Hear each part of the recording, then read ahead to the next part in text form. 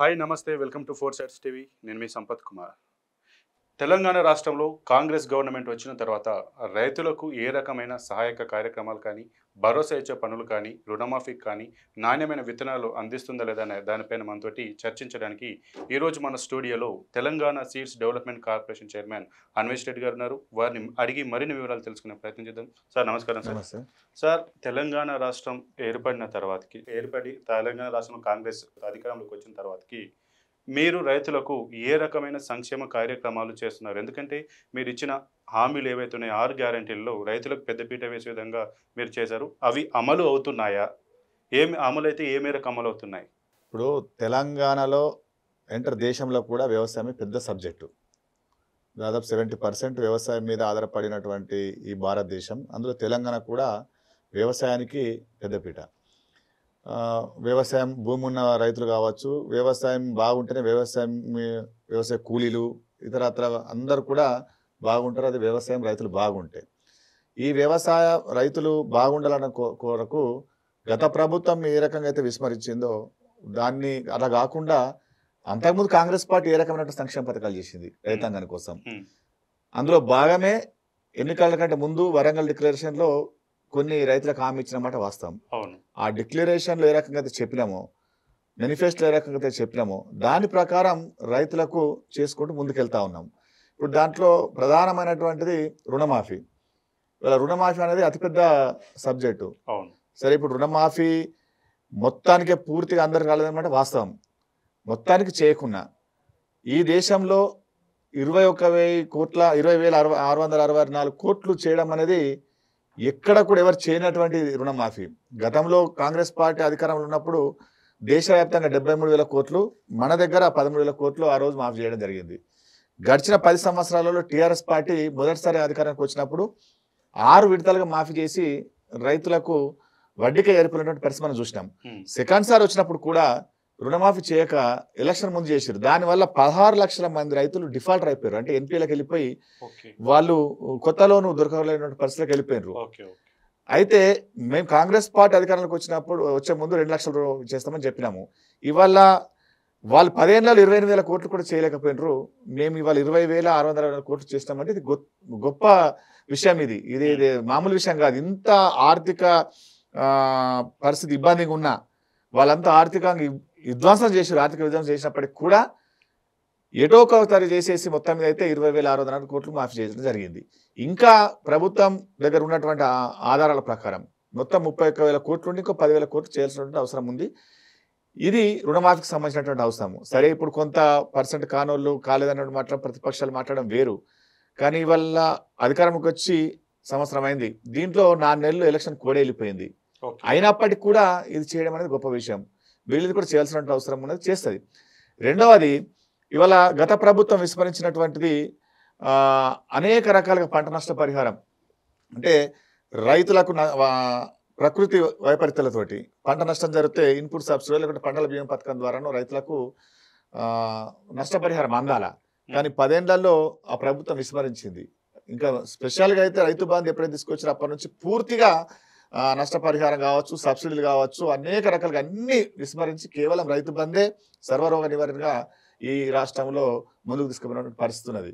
కానీ రైతుకు గతంలో యంత్రీకరణ సబ్సిడీ వచ్చేది, విత్తనాల సబ్సిడీ వచ్చేది, డ్రిప్ సబ్సిడీ వచ్చేది, పంట నష్టం జరిగితే నష్టం వచ్చేది. కానీ ఇవన్నీ కూడా విస్మరిస్తే ఇవాళ మేము అధికారంలోకి వచ్చిన తర్వాత పంట నష్టం జరిగితే మంత్రులు, ముఖ్యమంత్రి అందరూ కూడా ఫీల్డ్కి వెళ్ళి ఎకరానికి 10,000 ఇచ్చినటువంటి పరిస్థితి మేము చూస్తాము. ఇది ఎన్నికల్లో చెప్పినాం. మేము పంట నష్టపోతే వెంటనే ఇమీడియట్గా మేము చేస్తామని చెప్పేసి పంటల బీమా కూడా మేమే కడతామన్నాం. అది కూడా చేయబోతా ఉన్నాం. రెండవది, డ్రిప్కి మేము వచ్చాక సబ్సిడీ ఇస్తా ఉన్నాం. వాళ్ళు కేవలం 3 గ్రామాలకు ఇచ్చి మొత్తానికే డ్రిప్ మీద సబ్సిడీ ఎత్తేసారు. కానీ మేము ఇవాళ కమర్షియల్ క్రాప్లకు, ఆయిల్ ఫామ్కి అన్నిటికి కూడా ఇవాళ మేము డ్రిప్ రైతులకు అందిస్తూ ఉన్నాము. యాంత్రీకరణ కూడా చేయాలంటే ఒక ఆలోచన ఉన్నది. కాబట్టి ఆ రోజు పంటల కొనుగోలులో కూడా మేము బోనస్ ఇస్తా అని చెప్పినాం. సరే, వీళ్ళు మాట్లాడుతూ ఉన్నారు దొడ్డుకి ఇవ్వలేదు, సన్నకి అంటే మేము పంట ఖరీఫ్ వేసే ముందే సన్నాలకు ఇస్తామని చెప్పినాం. ఇవాళ దొడ్డు రకం పండిస్తే రేషన్లకు ఇస్తున్నాం. రేషన్లు ఎవరు తింటున్నారండి? దొడ్డు బియ్యము రీసైక్లింగ్ అవుతుంది. ఎవరు కూడా తినట్లేదు. వాళ్ళు వచ్చి అమ్ముకుంటున్నారు. దాన్ని అమ్ముకొని 20 రూపాయలకు అమ్ముకొని 50 రూపాయలకు మళ్ళీ సన్నపు కొనుక్కుంటున్నారు. అట్లాంటప్పుడు సన్నాలు అందించాల్సిన అవసరం ఉన్నది. కాబట్టి సన్నాలు పండించాలి. కానీ సన్నాలు పండించిన వాళ్ళకి మేము 500 బోనస్ ఇస్తానమా, ఆ బోనస్ ఇస్తే ఇవాళ సన్నాలు పండించినటువంటి రైతులకు ఎకరానికి 25 క్వింటల్ పట్టుకున్నా దాదాపు 29-30 క్వింటల్ వస్తుంది. 25 పట్టుకున్నా 12,500 రూపాయలు మేము ఇవాళ రైతు ఖాతాల్లో జమ చేసినామనంటే ఇది ఎవరు ఒక కేరళలో ఇస్తా ఉన్నారు, ఇక్కడ మనం ఇస్తా ఉన్నాం. అంటే సార్ అయితే ఇప్పుడు ఈ రైతు రుణమాఫీ మీరు ఏదైతే చేశామంటున్నారో అది 100% చేశామంటూ కాంగ్రెస్ గవర్నమెంట్ చెప్తుంది ఒకటి. రెండోది ఏంటంటే ఈ రుణమాఫీ అమలు చేయడానికి 30 నిబంధనలు పెట్టారు, వీటి ద్వారానే ఎవరికి కావట్లేదు అనేది కూడా ఇటు ప్రతిపక్ష బీఆర్ఎస్ కూడా ఆరోపిస్తుంది. దీన్ని ఎట్లా మీరు చూస్తారు? నిబంధనలు 30 ఏం పెట్టలే. మేము ఏదైతే జీవో ఆ రోజు ఇచ్చినామో అది కూడా సేమ్ బీఆర్ఎస్ పార్టీ రుణమాఫీ ఇంప్లిమెంట్ చేసేటప్పుడు పెట్టినటువంటి నిబంధనలే. రేషన్ కార్డు ప్రామాణికం అనేది వాళ్ళు పెట్టినటువంటి నిబంధనే. ఇవాళ మేమేం కొత్త పెట్టలేదు. ఆ రోజు వాళ్ళు ఇంగ్లీష్ లో దాన్ని పబ్లిష్ చేసారు, మేము తెలుగులో చేసినాం కాబట్టి ఇదేదో ఎక్కువ అతిగా చేసి వాళ్ళు మాట్లాడుతూ ఉన్నారు. ఇప్పుడు కుటుంబం నిర్ధారణ కోసం ఖచ్చితంగా ఒక కుటుంబం మనం ఎట్లా నిర్ధారణ చేస్తాము? రేషన్ కార్డు ఆధారంగా నిర్ధారణ చేస్తాం కానీ ఇంకోటి కాదు కదా. పోనీ ఇవాళ రేషన్ కార్డు లేని కుటుంబాలకు రుణమాఫీ కాలేదా? అయింది కదా. అంటే టెక్నికల్ గా ఏదైనా ప్రాబ్లం ఉంటే అధికారులు ప్రతి ఇంటికి వెళ్ళి వాళ్ళ వివరాలు తీసుకొని ఇలా రుణమాఫీ అయింది అని అంటే వీళ్ళు రేషన్ కార్డు లేని వాళ్ళకు కూడా రుణమాఫీ జరిగింది. మీరు అన్నట్లు ఎస్ఎల్బిసి నుంచి ఇచ్చినటువంటి బ్యాంకర్స్ ఇచ్చినటువంటి ఏదైతే ఉందో వాళ్ళ లెక్కల ప్రకారం 31,000 కోట్లు కావాలి అనేటువంటి ఒకటి ఉన్నది. సరే, ఇప్పుడు ఆర్థికంగా ఉన్న పరిస్థితులతోటి కొంతమేర కన్నా 20,664 కోట్లు చేయగలిగినాము. సరే, మిగిలింది కూడా కొంత రావాల్సినటువంటి అవసరం ఉన్నది. ఏదైతే ప్రభుత్వం దగ్గర డాటా ఉన్నదో ఆ డాటా తోటి చేయాల్సినటువంటి అవసరం ఉన్నది. ఇవాళ టెక్నికల్ గా మేము నిబంధనలు పెట్టడం వల్ల ఎవరికి ఎగిరిపోలే. ఒక కుటుంబంలో 2 లక్షలు అన్నారు, భార్య భర్తల దగ్గర 2 లక్షలు ఉన్నా 2 లక్షల లోపు వచ్చినాయి.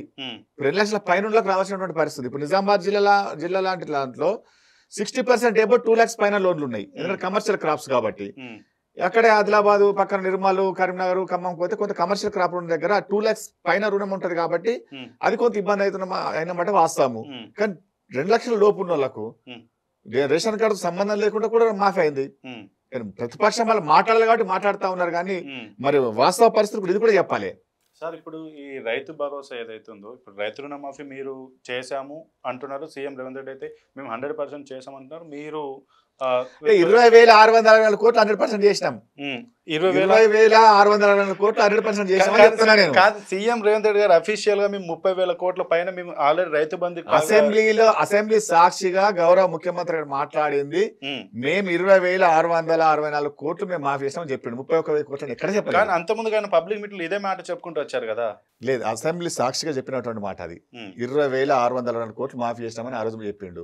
31,000 కోట్లు ఎక్కడ కూడా చెప్పలే, ఎక్కడ కూడా చెప్పలే. సరే సార్, ఇప్పుడు ఇక రైతు రుణమాఫీ గురించి పక్కన పెడితే రైతు భరోసా ఏదైతే మీరు రైతులకు ఏదైతే రైతు బంధు ఉందో దాన్ని పొడిగిస్తూ రైతు భరోసాగా మీరు ఎకరానికి 15,000 ఇస్తామంటూ మీ కాంగ్రెస్ అయితే ఒక హామీలో మెన్షన్ చేసింది. అది ఇంతకుముందుకైతే ప్రతి ఒక్కరికి వచ్చింది. అది పాస్బుక్ ఉంటే చాలు రైతు బంధు అయితే పడింది. ఇక మీ కాంగ్రెస్ గవర్నమెంటే ఈ సంక్రాంతి తర్వాత ఇంప్లిమెంట్ చేస్తారు వస్తుంది అని కూడా ఒక వార్తలు అయితే వచ్చాయి. ఈ నేపథ్యంలో దీనికి ఏదైతే పిఎం కిసాన్ సమ్మాన్కి అయితే దాన్ని సంబంధించి ఆ హామీలు ఏవైతే ఉన్నాయో ఆ హామీలను పెడతాము అంటే దాదాపు 40 లక్షల మంది రైతులు కూడా ఈ రైతు భరోసా పడని సిచ్యువేషన్ ఉంది. దాంట్లో వాస్తవం ఎంత ఉంది? నిజంగా ఒకవేళ అది పెడితే ఏ మేరకు ప్రజలు దీన్ని ఎట్లా స్వాగతిస్తారు? ప్రభుత్వం పైన ఏమైనా వ్యతిరేకత వచ్చే అవకాశం ఉంటుందా? ఇప్పుడు చూడండి, అసలు మేము రైతు భరోసా అనేది విధి విధానాలు రూపొందలే. ఎవరికి ఇస్తాం, ఎవరికి ఎంతకి ఇస్తాం అనేది విధి విధానాలు రూపొందలే. అంత అది చేయకముందే రకరకాలుగా బయట మాట్లాడుతూ ఉన్నారు. ఇదొక అంశం. పెట్టుబడి సహాయం అనేది నిజంగా వ్యవసాయం చేసినోడికి పెట్టుబడి సహాయం అనేది ఇవ్వాల. ఆ రోజు బీఆర్ఎస్ పార్టీ రైతు బంధు మొదలు పెట్టినప్పుడు రైతుకు పెట్టుబడి సహాయం అని పేరు మీద తీసుకొచ్చారు. నిజంగా వ్యవసాయం చేసేటోడికి ఇస్తే అది పెట్టుబడి సహాయం అవుతుంది. కానీ వాళ్ళు చేసింది ఏంది? దాదాపు 25 లక్షల ఎకరాలకు సాగులేనటువంటి భూమికి ఇచ్చారు. అంటే గుట్టలు సాగు చేయనోళ్ళు పాస్బుక్ ఉంటే చాలు, 4 కన్వెన్స్ అయినా సరే ఇంకోటైనా సరే భూమితో సంబంధం లేకుండానే పాస్బుక్ ఆధారంగా ఆ రోజు వాళ్ళు ఇచ్చారు. అట్లా 25 లక్షల ఎకరాలకు దాదాపు 25,000 కోట్లు పోయినాయి. ఇప్పుడు ఇక్కడ చూడండి మీరు ఒక్కసారి, ప్రభుత్వం ఇచ్చేటటువంటి సంక్షేమ పథకాలు బిలో ప్రావర్టీ వాళ్ళకి అందాల. ఇక్కడ రైతు బంధు వాళ్ళు చేసినప్పుడు ఎవరికి అందింది? 100 ఎకరాలకు వచ్చింది, ఎకరం ఉన్నోడికి వచ్చింది. ఇప్పుడు వ్యత్యాసం ఏముంటది? ఎకరం ఉన్నోడికి ఇచ్చినాక 100 ఎకరాలు ఇచ్చిన తర్వాత అసలు తేడా ఏమున్నది చెప్పండి? కాబట్టి మేమేం ఆలోచిస్తా ఉన్నాము, ఇవాళ మేము సాగు చేసేటటువంటి నిజమైన రైతుకు పెట్టుబడి సాయం అందాల. అది 10 ఎకరాల 7 ఎకరాల 15 ఎకరాల ఇంకా విధి విధానాలు రూపొందలే. దానికోసం ఒక సబ్ కమిటీ వేయడం జరిగింది మంత్రివర్గం. వాళ్ళు కొన్ని జిల్లాలో తిరిగి ఇంకో 2 జిల్లాలో తిరగాల. వాళ్ళు ఒక రిపోర్ట్ తయారు చేస్తా ఉన్నారు. దాని ఆధారంగా రేపు సంక్రాంతికి ఇస్తామనేటువంటి మాట చెప్పినారు. ఇప్పుడు రైతు భరోసా అనేది ఎవరైతే సాగు చేస్తారో వాళ్ళకి అందాలా. ఇలా పిఎం కిసాన్ అనేది కూడా మేము చెప్పలే. పిఎం కిసాన్ లో కూడా బీజేపీ అంతా మాట్లాడుతూ ఉన్నారు. ఆయన 4th క్లాస్ ఎంప్లాయ్ కూడా కట్ చేసిర్రు. ఆయన రైతే కదా, 4th క్లాస్ ఎంప్లాయ్ వరకు కూడా ఇవ్వాల్సినటువంటి అవసరం ఉన్నది. ఇది ఐఏఎస్ వాళ్ళంటే వేరే విషయం అనుకోండి. కానీ మేము ఇవాళ ఇంక దాని మీద చర్చ జరుగుతూ ఉన్నది. ఇంకా ఎవరికి ఇవ్వాలి ఎవరికి ఇవ్వద్దు అనేది. ఇవాళ రైతులు కూడా అనేక రకాలుగా మేము చెప్పినటువంటి పరిస్థితి మా దగ్గరకు వస్తే కూడా మేము చెప్పినాం. ఇవాళ ఏ గ్రామానికి ఉన్న రైతులు ఖచ్చితంగా ఇల్లు లోన్ కోసమో పిల్లల చదువు లోన్ కోసమో కారు కొనుక్కోవడం కోసమో ఖచ్చితంగా ఐటీ అనేది ఫైల్ చేస్తా ఉన్నారు. కాబట్టి ఇన్కమ్ ట్యాక్స్ ను దాంట్లో పెడితే కనుక రైతులు కూడా నష్టపోతారనేటువంటి మాట చెప్పినాము. ఎవరైతే ట్యాక్స్ ప్రేయర్ ఉంటారో 8 లక్షలు 10 లక్షలు తర్వాత ట్యాక్స్ ప్రేయర్స్ ఉంటారు వాళ్ళంత వ్యాపారస్తులు, వాళ్ళని తొలగిస్తే ఒక రకము. కానీ ఇక్కడ వీళ్ళని తొలగించేది డిస్కస్ జరిగింది. మేము ఇంకా విధి విధానాలు రాలేవు. కానీ అల్టిమేట్ గా రైతు భరోసా అనేది మాత్రం ఎవరైతే సాగు చేసుకుంటున్నారో సాగు రైతుకు అందించాల్సిన బాధ్యత మా మీద ఉన్నది. వాళ్ళకే ఈ రైతు భరోసా చెందుతుంది. కానీ 100 ఎకరాలు ఉండి పని వ్యవసాయం చేయకున్నా, గుట్టాలు ఉన్నా, నాల కన్వర్షన్ ఉన్నా, పాస్బుక్ ఉంటే అనేది ఇచ్చే పరిస్థితి లేదు. ఎందుకంటే దాదాపు 25,000 కోట్లు వాళ్ళు నాశనం చేసిండ్రు. కేవలం ఇదాన్ని ఎందుకు చేసిర్రు, ఓటర్ రాజకీయం చేసిండ్రు. సరే కొంత మీరు అన్నట్లు వ్యతిరేకత ఉంటుందా అంటే వ్యతిరేకత ఎందుకు ఉంటుంది? ఇవాళ నిజమైనటువంటి రైతులకు సాగిస్తున్న ఇస్తే హర్షిస్తారు. వాడు వ్యవసాయం చేస్తున్నాడు, వాడికి అత్తలేదు, నేను చేస్తున్నా నాకు వస్తుంది అనేటువంటి ఫీలింగ్ మా భావన రైతుల్లో కలుగుతుంది. కాబట్టి దీనివల్ల రైతుల వ్యతిరేకత అనేది ఉత్తముచ్చట. ఇది ప్రతిపక్షాలు మాట్లాడుతున్నటువంటి డ్రామా తప్పితే ఇంకోటి కాదు. అయితే సార్ బీఆర్ఎస్ వాళ్ళు అయితే కాంగ్రెస్ ప్రభుత్వం వచ్చిన ఈ 1 ఇయర్ లోపల రైతు ఆత్మహత్యలు పెరిగినాయి, దీనికి రైతులను పట్టించుకోవట్లేదు కాంగ్రెస్ అంటూ కూడా మీ పైన ఆరోపణలు చేస్తున్నారు. దీన్ని ఎట్లా మీరు తిప్పుకొడతారు? చూడండి, ఇప్పుడు ఒక రైతు ఆత్మహత్య చేసుకునే ప్రయత్నం చేసినప్పుడు ఏకాఏకిన నిన్న మొన్న జరిగినటువంటి సంఘటనతో అయితే దానికి లోన్ కాడు. ఇవాళ 10 ఏళ్ళుగా రైతు అలసిపోయి పెట్టుబడి రాక, నష్టపరిహారాలు అందక, ధరలు రాక, అనేక రకాలుగా ఇబ్బందులు పడి అప్పులు పెరిగిపోయి ఆయన అందులో ఇబ్బంది పడి పడి పడి చివరి గత్యంతరం లేక ఆత్మహత్య చేసుకున్నటువంటి పరిస్థితి వచ్చింది రైతు. వీళ్ళు చెప్తున్నటువంటి లెక్కలు వాళ్ళు ఒక లిస్ట్ ఇచ్చారు ఇది వరకు గత అసెంబ్లీ నడిచినప్పుడు. దాంట్లో చూస్తే యాక్సిడెంట్ కేసులు, కరెంటు పట్టుకొని చనిపోయిన కూడా ఆత్మహత్యల కింద పెట్టిర్రు. కాబట్టి రైతు ఆత్మహత్యలు అనేది మొత్తానికి ఆగిన నేను అనట్లేదు, జరుగుతున్నాయి. కానీ ఇది కారణం గత పాలన. ఆ రోజు బీఆర్ఎస్ దాంట్లో దాదాపు 7,000 మంది రైతులు చనిపోయారు 10 ఏళ్లలో. వాళ్ళు మాట్లాడి స్టార్టింగ్ లో ఏం మాట్లాడారు? గత ప్రభుత్వం అన్నారు. మరి ఇప్పుడు మా ప్రభుత్వం ఎట్లయితుంది?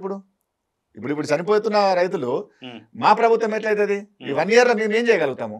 1 ఇయర్ లో నాకు వచ్చినటువంటి ఇబ్బంది కాదు కదా. పోనీ ఇంత మాట్లాడుతున్నటువంటి బీఆర్ఎస్ పార్టీ ఆత్మహత్య గురించి మాట్లాడుతున్నారు. గత వాళ్ళ హాయంలో నిత్యం ఆ రైతు ఆత్మహత్య జరుగుతూ ఉంటే ఎక్కడైనా ఒక రైతు దగ్గరకు పోయి పరామర్శించరా?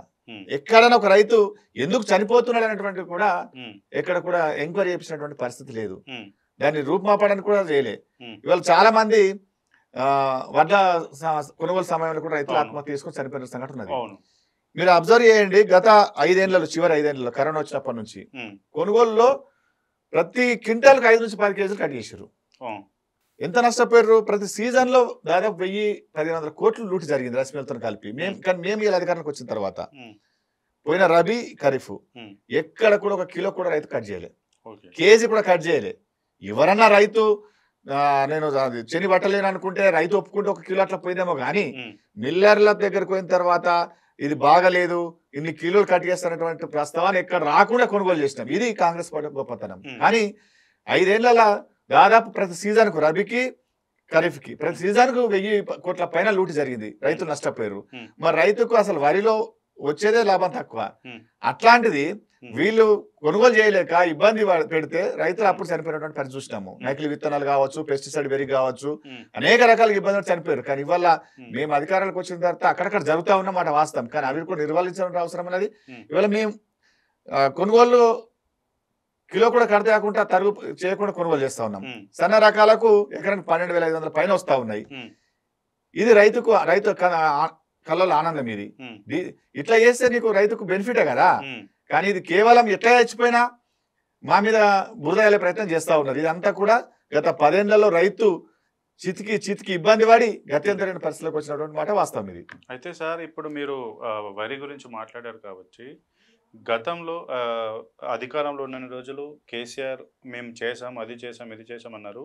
మొన్న రీసెంట్గా ఒక 3-4 months బ్యాక్ ఏదైతే పాలకుర్తి నియోజకవర్గం దేవరుపల్లి దగ్గర ఒక రైతు వరి వేసిన రైతు చనిపోతే బీఆర్ఎస్ మొత్తం బెటాలియన్ మొత్తం వెళ్ళి పరామర్శించడం ఒక న్యూస్ క్రియేట్ చేశారు.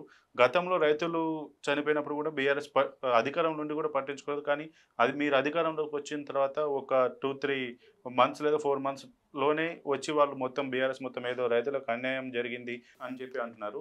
మీరు రైతులకు ఏ మేరకు మీరు సపోర్ట్ చేస్తున్నారు మీ ప్రభుత్వం? రెండవది వాళ్ళు అంతకుముందుకు ఏం చేశారు? ఈ రెండింటిని కంపారిజన్ చేస్తే ఎవరు బెటర్గా ఉన్నారు? రైతులను మరి ఉన్నత స్థాయికి వారికి ఇంకా ఆర్థిక అభివృద్ధి పొందడానికి కానీ వాళ్ళు ఆర్థికంగా నిలదొక్కుకోవడం కానీ మీ కాంగ్రెస్ పార్టీ ఏ విధంగా సపోర్ట్ చేస్తుంది? ఇప్పుడు చూడండి, గతంలో 10 ఏళ్ళు పరిపాలించినటువంటి టీఆర్ఎస్ పార్టీ రుణమాఫీ కాలం చేయలేదు మొదటిసారి. రెండోసారి కూడా ఎన్నికల ముందు చేసిన 5 ఏళ్ళు కాలం గడిపి దానివల్ల 16 లక్షల మంది డిఫాల్టర్గా అయిపోయారు. వడ్డీలు పెరిగిపోయినాయి. ఇవాళ మేము అధికారంలోకి వచ్చిన సంవత్సరం లోపే దాదాపు 20,600 కోట్లు మాఫీ చేయడం జరిగింది. గతంలో 300 బోనస్ ఇవ్వకపోతానా నేను సన్నాలు పెట్టండి అని అన్నటువంటి కేసీఆర్ రూపాయి ఇవ్వకుండా తరుగు పెరుగు దోపిడీ చేస్తే ఇవాళ మేము బోనస్ ఇస్తా అని చెప్పి 500 బోనస్ ఇచ్చినాము. ఆ రకంగా రైతులు ఆదుకుంటున్నాము. తరుగు పెరుగు ఎక్కడ కూడా దోపిడీ లేకుండా కొనుగోలు చేస్తా ఉన్నాము. అట్లాగే రైతు భరోసాను కూడా నిజమైనటువంటి రైతులకు అందడం కోసం మేము చేస్తా ఉన్నాం. పంటల బీమా పథకం అనేది కూడా గత ప్రభుత్వం నిర్వీర్యం చేసింది. యాక్చువల్ గా పంటల బీమా పథకం అనేది రైతు వాటా, రాష్ట్ర ప్రభుత్వం వాటా, సెంట్రల్ వాటా ఉండాలా. సెంట్రల్ ఏం చేసింది, మొత్తం మీరు కడితే కట్టుకొని లేకుంటే అని చెప్పేసి రాష్ట్రానికి ఫ్రీ ల్యాండ్ ఇచ్చేసింది. ఇక్కడ కేసీఆర్ గారు రైతు బంద్ ఇచ్చి ఇవన్నీ బంద్ చేసినమాట వాస్తవము. ఇవాళ మేము రైతు బీమాను, ఇది పంటల బీమాను మేము ప్రభుత్వమే రైతులకు కట్టబోతా ఉన్నది. ఆ రకంగా రైతులకు బెనిఫిట్ అవుతున్నది. వర్షాలు వాడి పంట నష్టపోతే దాదాపు 1 పైసా కూడా ఇవ్వాలి ఆయన. లాస్ట్ లో మొన్న ఎప్పుడు ఒక ఖమ్మం వరంగల్ తిరిగి కేసీఆర్ గారు వెళ్ళి 10,000 ఇస్తానని 1 పైసా కూడా ఇవ్వాలి. అది కొంత ఇచ్చేసి మిగిలినంతా కూడా ఎగొట్టిరు. ఇవాళ మేము అధికారంలోకి వచ్చిన తర్వాత పంట నష్టపోతే మంత్రులంతా తిరిగిర్రు. ముఖ్యమంత్రి పోయిండు. 10,000 రూపాయలు ఎకరానికి ఇస్తామని ఇచ్చినాము. పంటలకు బోనస్ ఇస్తా ఉన్నాము, సబ్సిడీలు ఇస్తా ఉన్నాము, ఇంకా డ్రిప్కి ఇస్తా ఉన్నాం, ఇప్పుడు యాంత్రికానికి ఇవ్వబోతా ఉన్నాం. ఇన్ని రకాలుగా రైతుకు ఎలాంటి ఇబ్బంది లేకుండా రైతుకు ఎంతకైనా చేయడానికి మా ప్రభుత్వం సిద్ధంగా ఉన్నది. వాళ్ళు కేవలం రైతు బంధుని చెప్పి అన్ని బంద్ చేసిర్రు. మేము ఇలా అన్నిటితో పాటు గతంలో కాంగ్రెస్ పార్టీ ఏ రకంగా సంక్షేమ పథకాలు ఇచ్చిందో అవన్నీ కూడా మళ్ళీ పునరుద్ధరించేటువంటి పరిస్థితి చేస్తాం. ఇది వాళ్ళకి మాకు వ్యత్యాసం. అయితే సార్ మీ కాంగ్రెస్ పార్టీ ఇప్పుడు ఇది వరి కానీ మొక్కజొన్న కానీ మిగతా ఏవైతున్నాయో వాటికి మద్దతు ధర గురించి విషయానికి వచ్చేసరికి మద్దతు ధర గురించి కూడా సరైన మద్దతు ధర ఇవ్వట్లేదు అంటే బీఆర్ఎస్ ఆరోపిస్తుంది. రెండవది ఏదైతే మీరు సన్న బియ్యంకి 500 రూపాయలు బోనస్ ఇస్తామన్నారు, మీరు మీ యొక్క హామీలలో కేవలం సన్న బియ్యానికే అని చెప్పలేదు కానీ అన్నిటికీ వర్తింపజేస్తున్నారు. కానీ ఇప్పుడు సన్న బియ్యానికి ఒక్కదానికే ఎందుకు మీరు 500 రూపాయలు బోనస్ ఇస్తున్నారంటే నేను ఇప్పుడు వాళ్ళని అడుగుతున్నారు అంటున్నారు కదా. నేను మీ ద్వారా వాళ్ళని అడుగుతున్నా, 1,00,000 రూపాయలు రుణమాఫీ చేస్తాడు, 6 విడతలు చేస్తాను చెప్పిండా? చెప్పలేదు కదా. చెప్పలేదు. సెకండ్ సారి రుణమాఫీ చేస్తాడు, నేను దిగిపోయేటప్పుడు చేస్తాను చెప్పిండా? చెప్పలేదు కదా. కాబట్టి ఏ ప్రభుత్వం అయినా ఇవాళ ఎన్నికల మేనిఫెస్టోలో అమలు ఇచ్చిన తర్వాత ఏకాఏకన అన్ని అనేది ఎవరు చేయరు. ఇవాళ మద్దతు ధర విషయంలో మాట్లాడుతూ ఉన్నారు వాళ్ళ అధికారంలో ఉన్నప్పుడు. ఎంఎస్పి నిర్ణయం అనేది సెంట్రల్ చేస్తుంది, ఇది రాష్ట్ర ప్రభుత్వం సంబంధం లేదు. అసలు వ్యవసాయం అనేది రాష్ట్ర పరిధిలో అయినప్పటికీ కూడా, రాష్ట్ర సబ్జెక్ట్ అయినప్పటికీ కూడా ఇది సెంట్రల్ పరిధిలో ఉంది. ఎంఎస్పిని కేంద్ర ప్రభుత్వం నిర్ణయం చేస్తుంది, ఇది రాష్ట్రం సంబంధం లేదు. ఎంఎస్పికి కంటే తక్కువ రైతు నుంచి కొనుగోలు జరుగుతున్నప్పుడు, మార్కెట్ ధర లేనప్పుడు, ఎంఎస్పి కంటే వస్తలే అనుకున్నప్పుడు ప్రభుత్వాలు కొనుగోలు చేయాలా. కానీ వీళ్ళు గత 10 ఏళ్లలో ఒక వరి తప్ప మిగిలిన ఎక్కడ కొనుగోలు చేసిర్రా? మేము కదా ధర్నాలు చేసింది. మీకు ఆదిలాబాద్ జొన్నలు కొనుగోలు చేయలేరు, సోయలు కొనుగోలు చేయలేరు, శనగలు కొనుగోలు చేయలే. మేము ఎంబటాడు ధర్నాలు చేస్తే ఎప్పుడో లాస్ట్ వర్షాలు పడే టైంలో కొంత కొనుగోలు చేసారు కానీ ఏనాడు కూడా కొనుగోలు చేయలేదు. కానీ ఇవాళ మేము ఎంఎస్పి తక్కువ అవుతుందంటే సోయలు కొనుగోలు చేసినాం. ఎంఎస్పి 4,900 ఉంటే 4,300 4,000 ఉంది మార్కెట్ అంటే మేము 4,900 ఇచ్చి కొనుగోలు చేసినాము. జొన్నలు కొనుగోలు చేసినాము, శనగలు కొనుగోలు చేసినాము. ఏ పంట అయినా మేము సకాలంలో రైతుకి ఇబ్బంది కొనుగోలు చేస్తున్నాం. ఇవాళ సన్నాలకు దొడ్డుకని చెప్పలేదు అని అంటే మేము ఖరీఫ్ ముందే చెప్పినాం సన్నాలు పెట్టుకోండి అని. సన్నాలకి ఇస్తామని మాట చెప్పినాం, ఇక్కడ చెప్పకుండా మేము మోసం చేయలే. ఎన్నికల్లో మేనిఫెస్టోలో వడ్లకు ఇస్తామన్నమాట వాస్తవం, కానీ దొడ్డు మెన్షన్ చేయలేదు, సన్నా మెన్షన్ చేయలేదు. మేము నాటేసే ముందే ఖరీఫ్లో చెప్పినాం సన్నాలకు ఇస్తామని చెప్పినాము. ఇంట్లో ఇంకేం దాచింది ఏమున్నది, మోసం చేసింది ఏమున్నది, ఆ చెప్పిన ప్రకారమే సన్నాలకు ఇచ్చినాము. ఈ దేశంలో ఎవ్వరు కూడా అంటే దొడ్డు తినే పరిస్థితి లేదు కాబట్టి సన్నాల్ని ప్రోత్సహించాల్సిన అవసరం ఉన్నది. ఇదే కేసీఆర్ సన్నాలు పెట్టండి అని కొన్ని రోజులు, సన్నాలు వద్దని కొన్ని రోజులు, అసలు వరే వేస్ట్ అని చెప్పి వరేస్తే ఊరైనటువంటి మాటలు చూసినాం కదా. పోనీ సన్నాలు పెడితే ఏమి ఇస్తారు అని అడిగితే 300 ఇవ్వకపోతాను అన్నాడు, ₹1 ఇయ్యలే. ఇవాళ మేము చెప్పిన మాట ప్రకారం సన్నాలు పెట్టండి 500 ఇస్తాను ఇస్తున్నాం కదా. దాదాపు 1000 కోట్లు ఇవాళ మనము రైతుల ఖాతాలో ఇస్తామంటే ఇది మామూలు విషయం కాదు. ప్రతి రైతుకి ఇవాళ 12,000 పైన మేలు జరుగుతుందంటే ఇది రైతులు ఆదుకునేది కాదా? కేవలం వాళ్ళు కావాలని విమర్శ చేయడం తప్పితే కానీ ఇంకోటి కాదు. సార్ ఇప్పుడు ఇక మీరు విత్తన అభివృద్ధి సంస్థ చైర్మన్గా ఉన్నారు కాబట్టి మీ గవర్నమెంట్ తరఫున ఈ నాణ్యమైన విత్తనాలు అందించడానికి మీరే రకమైన చర్యలు తీసుకుంటున్నారు. ఇంకోటి ముఖ్యమైన రైతుని ఆర్థికంగా దెబ్బతీసేది నకిలీ విత్తనాలు. ఈ నకిలీ విత్తనాలను అరికట్టడానికి మీరే రకమైన చర్యలు తీసుకుంటున్నారు. ఇప్పుడు విత్తనం అనేది రైతుకు మూలం. ఇట్లాంటి మంచి విత్తనం అందించడం కోసము గతంలో సీడ్ కార్పొరేషన్ ఏర్పాటు చేసింది ఉమ్మడి ఆంధ్రప్రదేశ్ 1976లో ఏర్పాటు చేసింది. దీని ద్వారా రైతులకు నాణ్యమైన విత్తనాలు అందించాలా. ఈ 10 ఏళ్లలో రైతులకు అందించాలన్న సంస్థ నిర్వీర్యం చేసి ప్రైవేట్ కంపెనీలను మొత్తం పుట్టగొడుగుల పైకి తీసుకొచ్చేసి ఈ సంస్థ నిర్వీర్యం చేసి మొత్తం వ్యవసాయానికి సంబంధించిన విత్తనాలని ప్రైవేట్ చేతులకు పెట్టేసింది. దానివల్ల అనేక రకాలుగా నకిలీ విత్తనాలు వచ్చి పంట సరిగరాక రైతులు ఇబ్బంది పడ్డటువంటి పరిస్థితి చూసినాము. ఇవాళ ఏ రకంగా అయితే విత్తనాభివృద్ధి సంస్థ గతంలో ఎట్లయితే రైతులకు విత్తనం అందించిందో ఆ స్థాయిలో ఇవాళ మేము కూడా రైతులకు అందించేటువంటి ప్రయత్నం చేస్తున్నాం. అందులో భాగమే మేము ఇవాళ రబీలో గత సంవత్సరం అందించినటువంటి విత్తనాల కంటే ఎక్కువ ఇవాళ మేము అందించగలిగినాము. రబీలో 7,000 క్వింటల్ శనగలు అమ్ముతే వాళ్ళు 21 క్వింటల్ ఇవాళ రబీలో మేము రైతులకు నాణ్యమైన విత్తనాలు మా ద్వారా అందించినాము. వరి విత్తనాలు గతంలో 18,000 15,000 క్వింటల్ ఇస్తే ఇవాళ 30,000 క్వింటల్ నేను ఇవ్వగలిగిన. అంటే ఇవాళ పూర్తిగా 10 ఏళ్ళు ఈ సీడ్ కార్పొరేషన్ నిర్వీర్యం చేసిర్రు. దాన్ని మళ్ళీ మేము నిలబెట్టబోతా ఉన్నాము. వాస్తవానికి నకిలీ విత్తనాలను అరికట్టాలి అని అంటే అసలు విత్తన చట్టంలో లోపం ఉంది. ఆ విత్తన చట్టం చేంజ్ అయితే తప్ప దీన్ని అరికట్టలేనటువంటి పరిస్థితి. ఎందుకంటే ఎవడైతే కంపెనీ పెట్టుకుంటాడో వాడే సీడ్ సర్టిఫికేట్ చేసుకుంటాడు, వాడే ఓన్ రీఛార్జ్, ఆ విత్తనం ఎక్కడికి వస్తుందో కూడా తెలియదు. ఒకవేళ నష్టం జరిగితే రైతులైతే కేసు వేసే పరిస్థితి లేదు. వేసినా తెలంగాణలో వేస్తారు, వాడు సుప్రీంకోర్టుకు పోతే రైతు పోయే పరిస్థితి లేదు కదా. కాబట్టి అనేక రకాలుగా విత్తన చట్టంలో లోపల అసలు విత్తన చట్టమే మారాలా. మార్చాలని గతంలోనే మేము బీజేపీ ప్రభుత్వం అధికారం రాగానే మేము ఇచ్చినాము. 10 ఏళ్ళు అయింది పెండింగ్ పెట్టారు. ఆ విత్తన చట్టం కేంద్ర ప్రభుత్వం పెట్టుకున్నారు. అసలు రాష్ట్రపతికి వదిలేస్తే అప్పుడు నకిలీ విత్తనాలు పూర్తిగా అరికట్టచ్చు. అట్లాని మేము వదిలేస్తలే. సీజన్ కు ముందే ఖరీఫ్ కంటే ముందే విత్తన సంబంధించినటువంటి అంశంలో గౌరవ వ్యవసాయ శాఖ మంత్రి గారు చాలా క్లారిటీగా అందరిని పిలిచి ఎక్కడికి రైతుకు ఇబ్బంది కలగద్దు, విత్తనాలు అందాలి, నకిలీ విత్తనాలు ఎక్కడికి ఉండద్దు అనేటువంటి దాంట్లో పూర్తిగా దాని మీద అజమాయిషి ఉంది. ఆ రకంగా మేము ప్రభుత్వం ముందుకు పోతుంది. సార్ ఇంకోటి ఈ వడ్లు కొనుగోలు చేసిన తర్వాతకి ఈ దళారులు, ముఖ్యంగా ఈ దళారులు గతంలో చూసుకుంటే దళారు వ్యవస్థ చాలా ఉంది. రైతును ఆర్థికంగా వాళ్ళు ఒక లూటీ చేసినటువంటి పరిస్థితి. దళారీ వ్యవస్థను అరికట్టడానికి అలాగే రైస్ మిల్లర్లు ఈ యొక్క ఏదైతే రైస్ వెళ్తుందో దాన్ని పక్కదారి పట్టేయకుండా మీ ప్రభుత్వం ఏ రకమైన చర్యలు తీసుకుంటుంది? ఇప్పుడు మీరు ఆచరణలు చూసారు కదా, ఎన్ని రైస్ మిల్లర్లు సీజ్ చేసి బ్లాక్ లిస్ట్ లో పెట్టినాము, ఎన్ని రైస్ మిల్లర్కి ఇచ్చినాము అనేది మీరు ఆచరణలు చూసిండ్రు. కొనుగోలు లేట్ అవుతుంది దానికే రైస్ మిల్లర్ మొత్తం సెట్ చేసి కొనుగోలు స్టార్ట్ చేసినాము. అంటే చాలా రైస్ మిల్లర్ రిటర్న్ ఇవ్వకపోవడము, దాన్ని బ్లాక్ లో అమ్ముకుంటూ రీసైక్లింగ్ చేస్తున్నటువంటి రైస్ మిల్లర్ మొత్తానికి కూడా వాళ్ళకి ఈసారి ధాన్యం ఇయ్యలేదు, బ్లాక్ లిస్ట్ లో పెట్టారు, వాళ్ళకి ఫైన్లు వేసిండ్రు. ఆ వ్యవస్థను పూర్తిగా కంట్రోల్ చేస్తా ఉన్నాము. ఇక్కడ మీరు చూడండి, ఒక్క ధాన్యమే ఇవాళ ప్రభుత్వం కొనుగోలు చేసి రైస్ మిల్లకు ఇస్తా ఉన్నది. మిగిలిన పంటలనేది కూడా ధర ఉంటేనేమో బయట అమ్ముకుంటా ఉన్నారు, ధర లేనప్పుడేమో ఎంఎస్పీ కంటే తగ్గుతున్నప్పుడు ప్రభుత్వం కొనుగోలు చేస్తా ఉన్నది. కాబట్టి ఆ రకంగా మనము రైతులు ఆదుకుంటున్నాం. అంటే దళారులు తగ్గిస్తే ఆటోమేటిక్ గా ప్రభుత్వం కొనుగోలు చేయడం వల్ల దళారీ వ్యవస్థ నిర్మించడం అవుతా ఉన్నాము.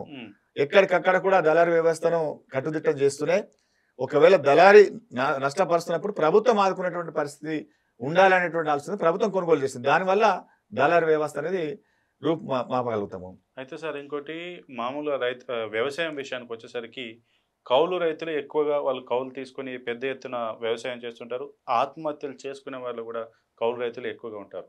వాళ్ళని ఆదుకోవడానికి మీరు కౌలు రైతులకైతే ఒక ఆర్థిక సాయం చేస్తామంటూ చెప్పారు. కానీ అది గాకుండా ఇంకా వారు పంటలు నష్టపోకుండా ప్రత్యామ్నాయ చర్యలు గాని, ఇటు వ్యవసాయ రంగంలో ఏమన్నా టెక్నాలజీని యూజ్ చేస్తూ అభివృద్ధి చెందడానికి మీ ప్రభుత్వం నుంచి మీరు ఎలాంటి చర్యలు తీసుకుంటున్నారు? ఎలాంటి ప్రోత్సాహకాలు అందిస్తున్నారు? ఇప్పుడు వాస్తవంగా జరిగినటువంటి ఆత్మహత్యలు గతంలో జరిగిన ఇప్పుడు జరుగుతున్న మెజార్టీగా కౌలు రైతులు చనిపోతూ ఉన్నారు. ఎందుకంటే ఎకరం ఉండి లేకుండా 10 ఎకరాలు 15 ఎకరాలు వాళ్ళంతా కూడా కౌలుకు తీసుకొని ఇటు కౌలు భూమి యజమానికి ఇవ్వడము, ఇటు పెట్టుబడులు పెరిగిపోవడము, గత్యంతరం లేక వాళ్ళంతా చనిపోతున్న పరిస్థితి వస్తుంది. అందులో కాటన్ రైతులు ఎక్కువ, మిర్చి రైతులు ఎక్కువ. ఓకే. ఇప్పుడు 2011లోనే కాంగ్రెస్ పార్టీ కౌలు రైతుల చట్టం తీసుకొచ్చింది, కౌలు చట్టం తీసుకొచ్చింది వాళ్ళని ఆదుకోవడం కోసం. అప్పుడు కార్డులు ఇచ్చినాము, లోన్లు కూడా ఇచ్చారు, జరిగింది. ఎప్పుడైతే కేసీఆర్ అధికారంలోకి వచ్చిన తర్వాత నేను కౌలు రైతులను గుర్తించా, నేను కౌలు రైతులకు ఏమి అనమాట చెప్పిండు. సో ఇప్పుడు మేము కౌలు రైతులను ఆదుకుంటాము, ఖచ్చితంగా వాళ్ళకు కూడా రైతు భరోసా ఇస్తాం అనేది మేము చెప్పిన మాట వాస్తవం. సో ఇప్పుడు చెప్పినట్లుగా మేము రైతులకు ఇవ్వాలా. ఇప్పుడు ఈడ ఉన్నటువంటి చిక్కుముడి అంతా కూడా యజమాని ఎవరైతే ఉన్నారో యజమాని నేను పలానోళ్లకు కౌలుకి ఇచ్చినా అని చెప్పేసి రాస్తే మనం కౌలు రైతు ఖాతాలో వేయచ్చు. అని రాయకపోతే మనం ఎట్లా ఇవ్వగలుగుతాము? కౌలుకు పలాను యజమాని ఇంకో ఆయనకి ఇచ్చిండు అనేది మన ఆధారం ఉంటేనే మనం వాళ్ళకి డబ్బులు వేయగలుగుతాం. అది లేకుంటే భూమి యజమాని ఖాతాలకి పోయేటటువంటి పరిస్థితి ఉన్నది. ఇది యజమానికి కౌలు తీసుకున్నటువంటి వాళ్లకు ఒప్పందం కరెక్ట్ ఉండే అండర్స్టాండింగ్ ఉంటే ఇది కౌలు రైతులను ఆదుకోవడానికి అవకాశం ఉంటుంది. రెండవది పంట నష్టం జరిగినప్పుడు, ఇప్పుడు మన పంట నష్టం జరిగితే ఖమ్మంలో ఎవరైతే భూ యజమానులు ఒప్పుకున్నారో కౌలు రైతుల ఖాతాలు వేసినాము, యజమాని ఖాతాలు వేయలే. గతంలో ఎప్పుడు జరగలేదు ఇది. అట్లా ఎవరైతే యజమాని ఒప్పుకుంటే కౌలు రైతుకు మేలు చేయడానికి అవకాశం ఉంటుంది. కానీ ఒప్పుకోకపోతే మనం ఎక్కడ కూడా నీకు లీగల్ గా కూడా ఎవరైతే యజమాని ఉండే యజమానికి పోతుంది. కానీ కౌలుకు తీసుకున్నట్లు ఆధారం ఏంది మనకు? ఆధారం ఉంటేనే మనం పెట్టి ఇవ్వగలుగుతాం. కానీ కొందరు రైతులు మేము సంతకం పెడతామా భూమి పోతాం అన్నటువంటి భయాందోళనకు గురైపోయి సంతకాలు పెట్టలేని పరిస్థితి కొంత ఇబ్బంది జరుగుతున్నది. ఇందులో యజమానులకు కౌలు రైతులకు ఒక అండర్స్టాండ్ జరగాల. ఆ భూమి కౌలుకి ఇష్టం కొంచెం అర్థం చేయించాల్సిన అవసరం ఉన్నది. ఎందుకంటే కౌలు రైతులు స్వతహాగా వ్యవసాయాన్ని నమ్ముకొని ఆధారపడి బతికే వాళ్ళు, వాళ్లకు ఇటు యజమానికి ఇవ్వాలా, ఇటు పెట్టుబడులు ఇవ్వాలంటే బాగా ఇబ్బంది ఉన్నటువంటి పరిస్థితి ఉంటుంది. కాబట్టి ఇది ఎవరైనా యజమానులు అర్థం చేసుకొని నేను చేస్తాను కదా వాళ్ళు చేస్తారు వాళ్ళకి వస్తే అయిపోతుంది అనేటటువంటి ఆలోచన కలిగిన వాళ్ళేమో రాసిస్తా ఉన్నారు, మిగిలినేమో రాసినటువంటి పరిస్థితి. ఇది చాలా కొంచెము లోతైనటువంటి అంశం. చాలా ఎక్సర్సైజ్ చేసి దీన్ని కొంచెం వాళ్ళని వీళ్ళు అర్థం చేయిస్తే తప్ప ఇది పరిష్కారం కాదు. దీని అందుకని ఆ విషయంలో కొంచెం వెనుక ముందు అవుతున్నమాట వాస్తవం. అయితే సార్ ఇంకొకటి ముఖ్యమైన మొన్ననే మీ అసెంబ్లీలో ఒక డిస్కషన్కి వచ్చినట్టు ఏంటంటే ధరణిని రద్దు చేసి భూభారతిగా మార్చి మీరు మళ్ళీ కొత్త ఆవిష్కరణకైతే ఏదైతే చట్టాలు చేశారో దాని గురించి మీరు ఒకసారి గతంలో ధరణి ఉన్నప్పుడు ఎటువంటి అవినీతి అక్రమాలు జరిగాయి, ఈ భూభారత్ ద్వారా ఎలాంటి సంస్కరణలు జరుగుతాయి ఒకసారి? ధరణి అనేది ఇప్పుడు మనం అసెంబ్లీలో పెట్టింది 6వ చట్టం. చట్టంలో కొంత మార్పు తీసుకొచ్చినాం. వాళ్ళు ధరణి తీసుకొచ్చినప్పుడు ఏం చేశారంటే భూరికట్ట ప్రక్షాళన తీసుకొచ్చినప్పుడు ఒక చట్టం తీసుకొచ్చుకున్నారు, రెవెన్యూ చట్టం. ఆ చట్టం వలన నిజమైనటువంటి హక్కుదారులు హక్కులు కోల్పోయి రానటువంటి పరిస్థితి ఉంది. నీకు ఎగ్జాంపుల్ చెప్తా. ఇప్పుడు గతంలో పిఓబిలో పెట్టారు చాలా మంది. అంటే ప్రొబిటెడ్ లిస్ట్లో పెట్టినప్పుడు ఎవరికి పెడతారు? అమ్ముకోనికి లేదు అనేటువంటి అంశం ఎప్పుడు వస్తుంది? ల్యాండ్ చెరువులకు కావచ్చు, ప్రాజెక్టులకు కావచ్చు, రోడ్లకు కావచ్చు, స్కూళ్ళకు కావచ్చు, ప్రభుత్వ అవసరాల రీత్యా ఏదైనా తీసుకున్నప్పుడు ఎంతైతే తీసుకున్నారో దాన్ని ప్రొబిట్లో పెడితే ఏం కాదు. కానీ ఒక సర్వే నెంబర్ మీద ఎన్ని ఎకరాలు ఉన్నా, ఒక సర్వే నెంబర్ లో 50 ఎకరాలు ఉందనుకోండి, ఎక్స్టెండ్ ఉంటది, 2 ఎకరాలు తీసుకున్నారు అనుకోండి, ఈ 2 ఎకరాలు కాకుండా 50 ఎకరాలు ప్రొబిట్లో పెట్టారు. దానివల్ల ఇక్కడ నిజమైనటువంటి హక్కుదారుడు దాన్ని అమ్మలేడు, కొనలేడు, ఇబ్బంది పడరు. నీకు ఇంకోటి సాదా బైనామీ ద్వారా కొనుగోలు జరుగుతుంది ఇది వరకు ఊర్లలో. అంటే ఇది ఖచ్చితంగా కొన్న తర్వాత రిజిస్ట్రేషన్ చేసుకోవాలి, మ్యూటేషన్ చేసుకున్నటువంటి అవగాహన ఊర్లో చాలా తక్కువ ఇప్పుడు వచ్చింది. సాదా బైనామీతో రైతుకి ఎట్లుంటే నేను కొనుగోలు చేసినా, నాకు రాసుకున్నా, సంతకం పెట్టిండు, పైసలు కట్టినా, నేను సాగు చేసుకుంటా కాబట్టి భూమి నాది అనేటువంటి ఆలోచన ఉంటుంది. కానీ ఇక్కడికి వచ్చేసరికి సాదా బైనామీలో 9 లక్షల మంది రైతులకు పట్టాలు ఇవ్వలేటువంటి పరిస్థితి మనం చూసినాం. ఆరకు ఇబ్బంది పడ్డారు. ఎవరైనా రిజిస్ట్రేషన్ చేసుకుంటే ఆబ్జెక్షన్ కోసం అనేది ఒకటి ఆప్షన్ ఉండే ఆ రోజు. ఇవాళ ఆబ్జెక్షన్ తీసేసారు వాళ్ళు. పేపర్ ఉంటే పోయాగానే ఇమీడియట్ మ్యూటేషన్ అయిపోతుంది. ఓకే, మ్యూటేషన్ అవుతుంది, సంతోషం. కదా ఆబ్జెక్షన్ ఉంటే నీకు అప్పీల్ లేదు. ఇవాళ మేము అప్పీల్ పెట్టినాము. మీ భూమి నా పేరు మీదకి వచ్చింది, నీ పేరు మీకు రావాలి అని అంటే నేను రిజిస్టర్ చేస్తే తప్ప రాదు. మళ్ళా అవును నేను ఎందుకు పెడతా? నా పేరు మీదకి వచ్చిన తర్వాత పెట్టా కదా. పెట్టవు. కాబట్టి ఈ పల్ల ఉన్న దాంట్లో అప్పీల్కి అవకాశం ఉంది. నేను తిరిగి మళ్ళీ మార్చేటటువంటి అవకాశం ఉన్నది. 70-80 ఏళ్ల నుంచి వీళ్ళు సాగు చేసుకుంటారు రైతులు ఉన్నారు. అసలు తెలంగాణ మొత్తమే దేశంలో భూ పోరాటాల చుట్టూ జరిగింది. పోరాటాలన్నీ కూడా భూ చుట్టూ జరిగినాయి తెలంగాణలో. ఆ తెలంగాణ సాయుధ పోరాటం కావచ్చు, పీపుల్స్ వార్ పోరాటం కావచ్చు, కమ్యూనిస్ట్ కావచ్చు, మొత్తం భూ పోరాటాలే జరిగింది తెలంగాణలో. ఆ పోరాటాల ఫలితాల ద్వారా అప్పటి ప్రభుత్వాలు భూ సంస్కరణలు తీసుకొచ్చి రైతులకు భూములు ఇచ్చిర్రు. కొందరు ఊర్లలో 100 ఎకరాలు ఉన్నారు, 50 ఎకరాలు ఉన్నారు, భూస్వాములంతా కూడా ఊరలో భూములను పేదలకు ఇచ్చి వచ్చారు. అవన్నీ చేతులు మారినాయి, వాళ్ళ కాస్తకాలంలో వచ్చినాయి. ఇప్పుడు కాస్తుకాలం తీసేసారు వాళ్ళు. అవును కాస్తుకాలం తీసేసారు. ఏమైంది ఇప్పుడు? ఎప్పుడో 50-70 ఏళ్ల కింద వెళ్ళిపోయినటువంటి పేర్లు వచ్చినాయి. వాళ్ళు ఎక్కడ ఉంటారో కూడా తెలియదు. దానివల్ల ఏమైంది? ఊర్లో ఉన్నటువంటి బీఆర్ఎస్ నాయకులంతా కూడా వాళ్ళతోటి ఒప్పందం చేసుకొని, ఎంతో కొంత ఒప్పందం చేసుకొని వీళ్ళను లీగల్ గా రైట్స్ వాళ్ళకుంటాయి కాబట్టి అన్ని ప్రయోగాలు ఉపయోగించి వ్యాపారం చేసినటువంటి పరిస్థితి మనం చూసినాము. అట్లా అనేక మంది పేరు తప్పడచ్చు కావచ్చు, ఎక్స్టెంట్ తప్పడచ్చు, సర్వే నెంబర్ తప్పడచ్చు. ఏ చిన్న ఇబ్బందులు ఉన్నా కానీ ఎక్కడ కూడా పరిష్కారం కాలేవు, రైతులు ఇబ్బంది పడ్డారు. అందుకోసమని అన్నిటి పరిష్కారం కోసమని కొత్త 6 చట్టంలో పెట్టినాము. అసలు రంగారెడ్డి, హైదరాబాదు నువ్వు పిఓబిలో ఉన్నటువంటి కావచ్చు, ఏ ఉన్నా కానీ ఊర్లలో ఉన్న వాళ్ళు అప్లై చేస్తే పరిష్కారం కాదు. కానీ ఇక్కడ ఉన్నటువంటి రాతోరాత చేసేసుకుంటారు. ఎందుకు వ్యత్యాసము అంటే ఇక్కడ ఖరీదైనటువంటి భూములు, వ్యాపారం చేసుకున్నటువంటి భూములు, అన్ని డబ్బులు మిలాఖాత్ అయిపోయి దోపిడీ జరిగింది. కానీ ఇవాళ వీటికి తావు ఉండకుండా నిజమైనటువంటి హక్కుదారుడికి హక్కులు కల్పించిన ఆలోచనతో ఇవాళ భూభారతి అనే పేరు మీద మేము తీసుకొచ్చినాం. ఇవాళ నీ ఊర్లలో నీ భూమే కాదని చెప్పడానికి గ్రామ సభల ద్వారా గ్రామస్తులు చెప్పాలా. అంటే ఏ డాక్యుమెంట్ లేదు, భూమి దున్నుకుంటున్నావు, నీకు ఆధారం ఏందన్నప్పుడు అది ఎట్లా వచ్చింది అనేది గ్రామస్తులు చెప్తారు, గ్రామ సభల ద్వారా తెలుస్తుంది. అది కూడా చేయలేకపోయారు. ఇవాళ మేము గ్రామ సభలు పెట్టి, ఆనాడు కాంగ్రెస్ పార్టీ గ్రామ సభలు పెట్టి అక్కడనే ఏ రకంగా 6వ చట్టం ద్వారా 6వ ద్వారా ఇచ్చినామో ఇవాళ మళ్ళీ తిరిగి వాళ్ళకు హక్కులు కల్పించేటటువంటి ప్రయత్నం ఈ భూభారత్లో ఉంటది. ఇది వాళ్ళకు మనకున్నటువంటి వ్యత్యాసము. అయితే సార్, ఏదైతే కాంగ్రెస్ ప్రభుత్వం ముఖ్యంగా ఇప్పుడు అధికారంలోకి రావడానికి కారణం కాళేశ్వరం ప్రాజెక్టు మీద మీరు చేసినటువంటి ఆందోళనలు, అవినీతి ఆరోపణలు. ఇప్పుడు అధికారంలోకి వచ్చిన తర్వాత ఈ కాళేశ్వరం ప్రాజెక్టులు ఏదైతే డ్యామేజ్, మేడిగడ్డ ముఖ్యంగా డ్యామేజ్ అయిందో దాన్ని ఎత్తి చూపారు, దాని మీద పోరాటాలు చేశారు, ఫైనల్గా అధికారంలోకి వచ్చారు. అధికారంలోకి వచ్చిన తర్వాత మీరు దానిపైన చర్యలు ఏ రకంగా తీసుకున్నారు? రెండవది, ఇప్పుడు కేటీఆర్ని కూడా ఏదైతే ఈ ఫార్ములా రేస్ని పెట్టి ఆయన అరెస్ట్ చేయడానికి చేస్తున్నారు. ఇంకోటి లగచర్ల రైతులను మీరు అరెస్ట్ చేశారు. ఈ రకమైన ఈ అరెస్టులు కావచ్చు, ఈ మిగతా ఆరోపణలు కావచ్చు, గతంలో 10 సంవత్సరాల్లో వాళ్ళు బీఆర్ఎస్ వాళ్ళు ఏదైతే రిపీట్ చేశారో దానిపైన మీరు కక్ష సాధింపుల చర్యలకు పాల్పడుతున్నారు అంటూ బీఆర్ఎస్ వాళ్ళు కూడా మీ కాంగ్రెస్ పార్టీ పైన అయితే ఆరోపణలు చేస్తున్నారు. దీన్ని మీరు ఏ రకంగా సమర్థిస్తారు? ఇప్పుడు చూడండి, ఏ ప్రభుత్వం అయినా కానీ ప్రభుత్వం పాలన చేస్తున్నటువంటి క్రమంలో అధికారం లేనటువంటి పార్టీ విమర్శలు చేయడం ఒక అంశము. ఎక్కడికక్కడ ప్రజలు విసుకెత్తి ఆ ప్రభుత్వం మీద రోడ్ల మీదకి వస్తున్నటువంటి పరిస్థితి ఇంకొకటి. ఇంకా 2 రకాలు చూడాలి. అధికారం కోల్పోయినటువంటి పార్టీ చేస్తున్న విమర్శలు నిజంగా ఇబ్బంది పడి ప్రజలు, రైతులు ఎవరైనా సరే రోడ్ల మీదకి వస్తున్నారు, విమర్శిస్తూ ధర్నాలు చేస్తున్నారు అన్నటువంటి ఒక అంశం ఇక్కడ జరుగుతుంది. అధికారం కోల్పోయినటువంటి పార్టీ మాట్లాడుతుంది, వాళ్ళే చేస్తూ ఉన్నారు. మీరు అడిగినట్లు కాళేశ్వరం మేడిగడ్డ ఏదైతుందో ఆ మేడిగడ్డకు సంబంధించినటువంటి దాని మీద ఆల్రెడీ ఎంక్వైరీ నడుస్తూ ఉన్నది. కొందరు అధికారులను కూడా సస్పెండ్ చేస్తూ ఉన్నారు. అది ఇంకా నడుస్తున్నది. అది దాన్ని ఎక్కడ కూడా వదిలిపెట్టలేదు. రెండవది, కేటీఆర్ అంశంలో మాత్రము చట్టం తన పని తను చేసుకుంటా ఉన్నది. నిజంగా నువ్వు దాంట్లో ఫ్రాడ్ చేయకపోతే, ఆ 55 కోట్లు కనుక ఫ్రాడ్ చేయకపోతే నీకు అంత భయపడాల్సిన అవసరం లేదు, కోర్టుకు ముందుకు బెయిలుకోవాల్సిన అవసరం లేదు. ఆ రోజు ప్రెస్ మీట్ పెట్టి చాలా రకంగా ఇలా అసలు ఏమున్నది, స్కామ్ ఏమున్నది అని అన్నాడు. ఏం లేనప్పుడు నువ్వు పోయి ముందస్తు బెయిల్ కోసం అరెస్ట్ చేయదని చెప్పాల్సిన అవసరం లేదు కదా.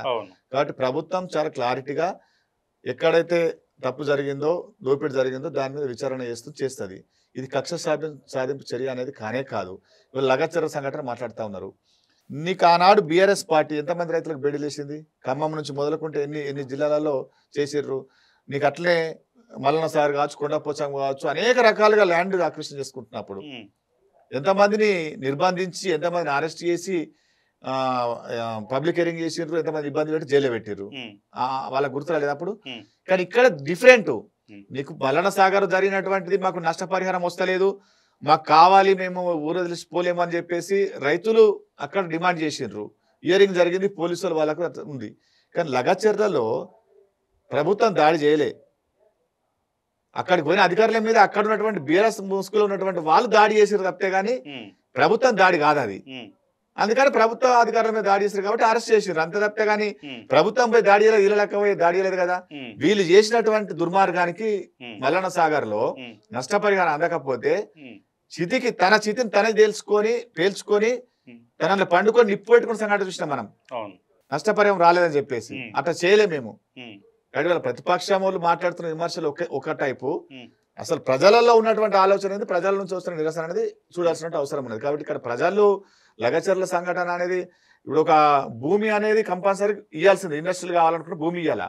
కానీ భూమికి రైతుకు చాలా అనుబంధం ఉంటుంది. ఆ భూమి కోల్పోతున్నప్పుడు బాధ ఉంటుంది ఎవరికైనా కానీ. ఆ భూమి కోల్పోతున్నప్పుడు ఆయనకు అంతకంటే ఎక్కువ మళ్ళీ ఎక్కడైనా సరే ఉపాధి ఉండాలి అనడం కోసమే 2013 ల్యాండ్ యాక్ట్ తీసుకొచ్చింది కాంగ్రెస్ పార్టీ. దాన్ని ఇంప్లిమెంట్ చేయకుండా సపరేట్ గా ఒక చట్టం తెచ్చుకొని అసెంబ్లీలో ఆయన ల్యాండ్ యాక్విజిషన్ చేసిండు. కానీ ఇలా గౌరవ ముఖ్యమంత్రి గారు మీకు ఏదైతే ఇస్తున్నాం దానికంటే రెండింతలు ఇస్తామని కూడా చెప్పినమాట వాస్తవము.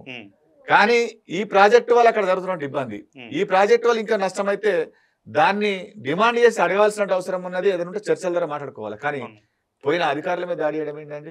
మేము 10 ఏళ్లలో వాళ్ళు చేసినటువంటి ల్యాండ్ అక్విజిషన్ కావచ్చు ఇంకేం చేసినా కానీ మేము అధికారుల మీద దాడి చేసినాం, ఇక్కడ ప్రోత్సహించినామా? అసలు అది మల్లన్న సాగర్ నడిచింది. మల్లన్న సాగర్ కాళేశ్వరం అంతా కూడా దీనివల్ల ఎంత నష్టం అవుతుంది, ఎంత ఖర్చు అవుతున్నది, దీనికంటే ఏది బెటర్ అని మేము చెప్పినాము. అట్లనే ఇక్కడ కూడా చెప్పాల్సింది. లగాచర్లలో దీనికంటే వేరేది పెట్టండి లేకుంటే ఇక్కడ వద్దు అని చెప్తే అది వేరు. కానీ పోయిన వాళ్ళ మీద కొట్టడం అనేది ఏంటంటే ఇది కావాలని అక్కడ ఉన్నటువంటి ముఖ్యమంత్రి ఆ నియోజకవర్గం కాబట్టి ముఖ్యమంత్రి గారిని బదనం చేయాలి, ప్రభుత్వాన్ని డిస్టర్బ్ చేయాలనే ఒక కుట్రతో జరిగింది తప్పితే కానీ ఇది రైతులు ఇండస్ట్రీ వద్దనో లేకుంటే ఇంకో రకంగా జరిగినటువంటి కోణం అయితే కాదు. అయితే సార్ మొన్న ఏదైతే ఒక cine star cinema benefit show టైంలో ఒక మహిళ చనిపోయింది, వాళ్ళ బాబుకు సీరియస్ అయింది. ఆ ఇష్యూని ప్రభుత్వం సీరియస్గా తీసుకొని అరెస్ట్ చేసి నానా హంగామా చేశారు. అదే గత కొన్ని రోజులుగా కొన్ని నెలలుగా గురుకులాలలో విద్యార్థులు ఫుడ్ పాయిజన్ తోటి చనిపోతున్నారు. కనీసం అక్కడ వారిపైన ఎలాంటి చర్యలు తీసుకోను కానీ ఇవి మళ్ళీ పునరావృతం కాకుండా మీరెందుకు ఇష్యూ చేయట్లేదు, ఎందుకు ఇది ఏదైతే ఇంత స్పీడ్గా ఇది చేశారో ఆ విషయంలో ఎందుకు మీరు అంత ప్రభుత్వం ఎందుకు అంత స్పందించలేకపోతుంది? ప్రతి గురుకులకు ప్రతి ప్రజాప్రతినిధి పోయారు, నేను కూడా పోయినా, ఎక్కడ కూడా ప్రభుత్వం వెనకపోలే. నీకు ఇది సినీ హీరో కాబట్టి ఇదేదో ఇట్లా కనబడి అందరి దాటి వైపు ఆలోచన చేస్తున్నారు కానీ ఇక్కడ ప్రతి గురుకుల పాఠశాలకు ప్రతి ఒక్క ప్రజాప్రతినిధిని అధికారులను అన్ని దగ్గరికి పోయినాము. అక్కడ ఎవరెవరైతే తప్పులు చేశారో వాళ్ళని సస్పెండ్ చేసినటువంటి పరిస్థితి మనం చూసినాము. వాళ్ళకి నాణ్యమైనటువంటి భోజనము ఇంకా ఇతర ఏవైతే అవసరాలు ఉన్నాయో అవన్నీ కూడా మేము సెట్ చేసినాం. అంటే ఇప్పుడు గురుకులాది కూడా ఈ సంవత్సరంలో జరిగినాయన్ని. ఒక్కొక్క స్కూల్కి పోతే నేను మొన్న పోయిన స్కూల్కి పోతే 440 పిల్లలు ఉంటే 13 బాత్రూమ్లు ఉన్నాయి. డార్మెటిక్ అందులోనే, క్లాస్ రూమ్ అందులోనే. ఇది మేము చేసింది కాదు కదా, గత ప్రభుత్వం చేసిందే కదా. దాంట్లో మాదెందుకు బాధ్యత? మేము బాధ్యులం కాదు కదా. వీళ్ళ డార్మెటిక్ క్లాస్ రూమ్ ఒకటే దాంట్లో ఎక్కడ ఉంటుందండి? 440 మందికి 13 బాత్రూమ్లు ఉన్నాయి. ఇది ఎవరు చేసిర్రు? వాళ్ళు నిర్మాణం చేసిందే కదా. కాబట్టి వాళ్ళు తప్పులు కప్పించడానికి కావాలని బదనం చేయడానికి కోసం చేస్తున్నటువంటి ప్రయత్నమే తప్ప ఇంకోటి కాదు. అది మేము చేస్తున్నటువంటి పరిస్థితి.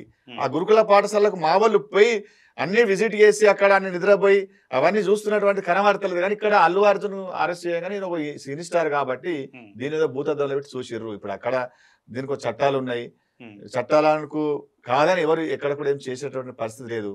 కాబట్టి ఇది దాన్ని కాకుండా ఇది గురుకులాల విషయంలో మాత్రం ప్రభుత్వం చాలా క్లారిటీగా ఉన్నది. వాళ్ళ కోసం ఎంతైనా చేయడానికి కూడా సిద్ధంగా ఉన్నది. అయితే సార్ ప్రభుత్వం ఏర్పడ్డాక 2 కీలకమైన నిర్ణయాలు తీసుకుంది హైదరాబాద్ వేదికగా. ఒకటి హైడ్రా, రెండోది మూసీ సుందరీకరణ పునరుజ్జీవం. హైడ్రాలో స్టార్టింగ్ పెట్టగానే హడావుడిగా నోటీసులు ఇవ్వకుండా ఉన్న పలంగా ఇల్లులన్నీ ఎవరైతే మధ్యతరగతి ఎవరైతే ఈ లోన్స్ తీసుకొని కట్టుకున్న వాళ్ళు ఎఫ్టీఎల్లో ఉంది, బఫర్ జోన్లో ఉంది, చెరువు చికం భూమి పర్మిషన్ లేదనుకుంటా టక కొట్టేసుకుంటూ వెళ్ళిపోయారు.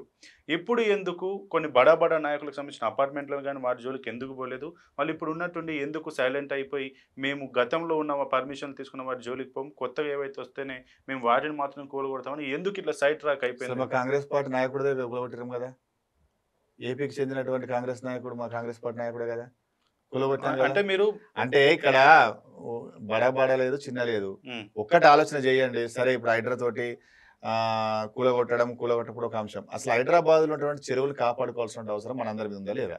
ఇది ముగింపు లేకపోతే దీన్ని ఇట్లే వదిలేస్తే రేపు హైదరాబాద్ పరిస్థితి ఏంది? ఇవాళ ఒకనాడు 100-150 ఫీట్లు వేస్తే గ్రౌండ్ వాటర్ బాగుండి నీళ్లు వచ్చేటటువంటి పరిస్థితి నుండి ఇవాళ 1500-2000 ఫీట్లు వేస్తే తప్ప నీళ్లు రాని పరిస్థితి ఎందుకు వచ్చినా మనం ఇలా? అంటే చెరువులన్నీ కూడా ఆక్ఫై అయిపోయి బిల్డింగ్లు కట్టుకోవడంతో నీరు అనేది నిల్వ లేకుండా గ్రౌండ్ వాటర్ పెరగకుండా ఇబ్బంది పడ్డ పరిస్థితితోనే కదా వచ్చింది ఇవాళ. కాబట్టి దానికి ఎక్కడొక్కడ బ్రేకప్ జరగాలి కదా.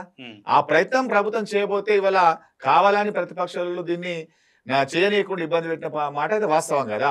దీనికోసం కోట్లకు పోవడము, అక్కడ పోవడము, ఇది చేయొద్దు, కూలగొట్టద్దు అని అంటే మరి చెరువుల పరిస్థితి ఏదో ఒకసారి ఆలోచన చేయాలా. ఇవాళ మూసి అనేది రెండో అంశము. మరి మూసి చుట్టూ కూడా ఎంతమంది నివాసం ఉంటున్నారు, వాళ్ళ ఆరోగ్య పరిస్థితి ఏంది? ఆ నీళ్ళన్ని పోయి కూడా వ్యవసాయ భూములలో నల్గొండకు పోయి వాళ్ళ పరిస్థితి ఎందుకు ఒకసారి మనం ఆలోచన చేయాలి. ఇప్పుడు హైదరాబాద్ లో మనం అనేక సార్లు మీ మీడియానే ఎక్స్పోజ్ చేసింది. అక్కడ ఆ నీళ్లతో పండిస్తున్నటువంటి కూరగాయలు వంట చేసుకుంటే ఏ రకం అవుతుంది అన్నది. మరి దీన్ని మార్చుకోవాల్సిన బాధ్యత మనం ఇది లేదా? ఇక్కడ పబ్లిక్ బాగానే ఉన్నారు, పబ్లిక్ డబుల్ బెడ్రూమ్ లో పోతా ఉన్నారు, ఈ మూసి వాసన నుంచి బయటకు పోతా ఉన్నాము అనేది ఉన్నారు. కేవలం ఇక్కడ ప్రతిపక్షం వాళ్ళు బీజేపీ బీఆర్ఎస్ వాళ్ళే కావాలని చేస్తున్నటువంటి ప్రయత్నం. ఇప్పుడు మూసి సుందరీకరణ చేసుకోవద్దా? అదే మూసిలో రైతులు ఉండాలా, అదే మూసిలో జనాలు అక్కడ నివాసం ఉండాలా, అదే మూసి నీళ్ళతో వ్యవసాయం సాగు చేసుకోవాలని ఉండాలా. అయితే మీరు ఇప్పుడు ఈ మూసి ఏదైతే ఉందో ప్రతిపక్షాలు ఏమంటున్నాయి, ముఖ్యంగా బీఆర్ఎస్ వర్కింగ్ ప్రెసిడెంట్ కేటీఆర్ అయితే ఒక ఆరోపణ చేశారు. కేవలం ఢిల్లీకి ముడుపులు అందించడానికి, ఢిల్లీకి డబ్బు సంచులు పంపించడానికి ఈ మూసిని తీసుకొచ్చారు. దాదాపు 1,00,000 కోట్ల పైన అందించే ప్రయత్నం చేస్తున్నారు అన్నారు. కేవలం 20-25 కోట్లతోటి ఈ ప్రాజెక్ట్ జరగదా? అంత బడ్జెట్ ఎందుకంటూ ప్రభుత్వంలో పనులు చేసేవాళ్ళు, ప్రభుత్వం పాలన చేసేవాళ్ళు అంతా కూడా మూటలే మోస్తారని అనుకుంటే 10 నెలల మరి ఎన్ని మూటలు రాసెట్టుకున్నారు వాళ్ళు? ఎన్ని మూటలు రాసెట్టుకున్నారు? దొంగకే దొంగలు బట్టి తెలుస్తాయి, దొంగతనం తెలుస్తుంది. మరి ఈ రకంగా మేము మూటలు అంటున్నాడు కదా, మరి ఆయన 10 ఏళ్ళు ఎన్ని దాస పెట్టుకున్నాడు ఆయన చెప్పాలా ఫస్ట్. ఇది ప్రతిపక్షంలోకి పని చేసేటప్పుడు దుమ్ము వచ్చేటువంటి ప్రయత్నం ఉంటుంది. కాబట్టి ఇక్కడ చేస్తున్నటువంటి పని మంచిదా కాదనేటువంటి చూసే కోణం ఇంకోటి ఉంటుంది. వీళ్ళని కాదు మనం చూడాల్సింది, మిగిలిన ప్రజలు ఏమనుకుంటున్నారు, మేధావులు ఏమనుకుంటున్నారు, అది చేయడం వల్ల అది జనాలకు ప్రయోజనం ఉందా లేదా అనేది ఇంపార్టెంట్. కానీ వీళ్ళు మాట్లాడుతూ ఉంటారు ప్రభుత్వాన్ని భరించడం కోసం, వీరికట్టడానికి మాట్లాడతారు, అది కాదు కదా. అయితే సార్, ఇప్పుడు కాంగ్రెస్ పార్టీ అధికారంలోకి వచ్చిన 1 సంవత్సరం పాలన, మొన్ననే మీరు విజయోత్సవాలు చేశారు, ప్రజోత్సవాలు అనుకుంటూ. ఈ సంవత్సర కాలంలో సగటు తెలంగాణ ప్రజలు కాంగ్రెస్ పార్టీ పైన ఎలా ఉన్నారు? ముఖ్యంగా కాంగ్రెస్ పార్టీలో ఉన్నటువంటి నాయకులు, కార్యకర్తలు ఒక రకంగా కాంగ్రెస్ పార్టీ పైన ఒక వ్యతిరేకత దిశగా, వ్యతిరేక భావంగా ఒక రకమైన ఆవేదనకు చెందినట్టుగానైతే తెలుస్తున్నటువంటి విషయం. ఏ రకంగా స్పందిస్తున్నారు? ఉన్నట్టుండి ఒకవేళ ఇప్పుడే కనుక తెలంగాణలో ఎలక్షన్స్ వస్తే కాంగ్రెస్ పార్టీ ఏ రకంగా ఫేస్ చేసే సిచ్యువేషన్ ఉంది? ఎన్ని సీట్లు రాగలవు? ఇప్పుడు మేము ఇచ్చినటువంటి 6 గ్యారెంటీలు, బస్సు ఫ్రీ అన్నాం, బస్సు ఫ్రీ ఇచ్చినాము, మహిళలంతా హ్యాపీగా ఉన్నారు. 500 సిలిండర్ అన్నాం, సిలిండర్ ఇస్తున్నాము. మహిళలే కదా సిలిండర్ గ్యాస్ స్టార్ట్ తెల్లారి పోయి తింపేది, మహిళలంతా హ్యాపీగా ఉన్నట్లే కదా.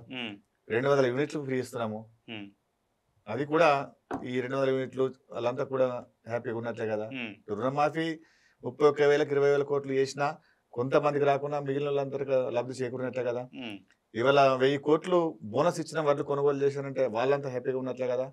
ఇవాళ డ్రిప్ సబ్సిడీ ఇస్తున్నాం, వాళ్ళు హ్యాపీగా ఉన్నట్లే. నీకు పంట నష్టపోతే ఎకరానికి 10,000 ఇచ్చినాం, వాళ్ళు హ్యాపీగా ఉన్నట్లే. ఇక్కడ ప్రజలు హ్యాపీగానే ఉన్నారు, కానీ ప్రతిపక్షం వాళ్ళే హ్యాపీగా లేరు, ఎందుకంటే పదవి పోయింది కాబట్టి. మీరు అన్నట్లు కాంగ్రెస్ పార్టీ కార్యకర్తలు మాట్లాడుతున్నారు. వాస్తవానికి నేనైనా మీరైనా ఎవరైనా కానీ 10 సంవత్సరాలు కొట్లాడినాం కాబట్టి అధికారం వస్తే నాకేదో జరుగుతుంది, నేనేదో చేసుకోకపోతాను అనేటువంటి ఆశ అనేది ప్రతి ఒక్కరికి ఉంటుంది, ఎందుకంటే మనిషి ఆశజీవి కాబట్టి. కాబట్టి ఈ ప్రయత్నంలో కొంతమందికి మేలు జరగచ్చు, కొంతమందికి రాకపోవచ్చు అవకాశాలు అనేది. అందులో కొంత నిరుస్తాము, వచ్చిన వాళ్ళు బాగుంటారు, రాను నిరుస్తాంగా ఉంటారు. ఇది ఏ పార్టీలో అయినా కానీ, ఏ ప్రభుత్వం అయినట్టు, ఏ పార్టీ పాలించినా ఆ పార్టీలో ఉన్నటువంటి పరిస్థితి. ఇది మాకేం నిర్ణయం కాదు. కాకపోతే మాది కొంచెం స్వేచ్ఛ కలిగినటువంటి పార్టీ కాబట్టి స్వేచ్ఛగా కొంచెం బయట మాట్లాడతాం కాబట్టి ఇది ఎక్కువ కనపడుతుంది. నిజమైన కార్యకర్తలు లేదు, పార్టీ ఏం లేదు. కార్యకర్తల కష్టార్జితంతో, కార్యకర్తల కష్టంతో ఇవాళ పార్టీ అధికారానికి వచ్చింది. కాబట్టి ఆ కార్యకర్తలను కాపాడుకునే దిశగా కొంత ఆలస్యమైన పార్టీ చేస్తానటువంటి ఒక విశ్వాసం అయితే ఉంది. సార్, చివరిగా 4 Sides టీవీ తరపున 4 Sides టీవీ వీక్షకులకు కానీ, మీరు ఎందుకంటే విత్తనాభివృద్ధి సంస్థ చైర్మన్గా ఉన్నారు, కిసాన్ కాంగ్రెస్కి మీరు ప్రెసిడెంట్గా ఉన్నారు కాబట్టి మీ కాంగ్రెస్ పార్టీ తరపున ప్రజలకు కావచ్చు, మీ కాంగ్రెస్ కార్యకర్తలు కావచ్చు, ఏ రకమైన హామీ ఇస్తారు? అంటే ఏ రకమైన వారికి మీ ఫోర్ సైడ్ ఛానల్ ద్వారా నేను ఈ తెలంగాణ రైతాంగానికి ముఖ్యంగా రైతులకు అందరికి కూడా నా విజ్ఞప్తి ఏంటంటే, ఇవాళ 10 ఏళ్ళు కష్టపడి ఎన్నో ఒడిదొడులకు కేసులకు ఆర్థికంగా అన్ని ఇబ్బందులు పడి ఇవాళ పార్టీని అధికారంలో తీసుకొచ్చినటువంటి ప్రభుత్వంలో సంవత్సర కాలంలో మనం ఇచ్చినటువంటి హామీలు చేస్తున్నటువంటి దాన్ని ప్రజలకు తీసుకుపోవాల్సిన అవసరం ఉన్నది. ఇది మనం తీసుకపోకపోవడం వల్ల కొంత ప్రతిపక్షం దీన్ని బ్లేమ్ చేసి వాళ్ళు ఓన్ చేసుకోవడానికి ప్రయత్నం చేస్తూ ఉన్నారు.